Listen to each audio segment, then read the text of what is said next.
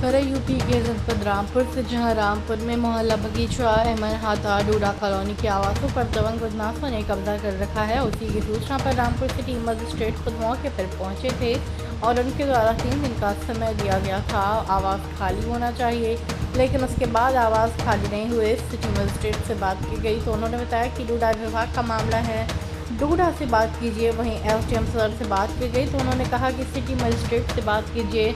जबकि बता दें, सैकड़ों आवासों पर दबंग बदमाशों ने कब्जा कर रखा है। उसमें आपराधिक छवि के लोग भी रह रहे हैं, जैसे बंगाल के बिहार के आए हुए लोग रह रहे हैं। कोई पुलिस का वेरिफिकेशन थानागंज में नहीं है। वहीं रामपुर बिजली विभाग को बड़ी क्षति पहुंच रही है।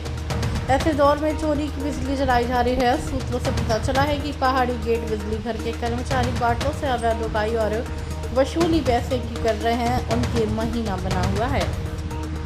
उत्तर प्रदेश के रामपुर से संवाददाता शाहबाज खान की रिपोर्ट।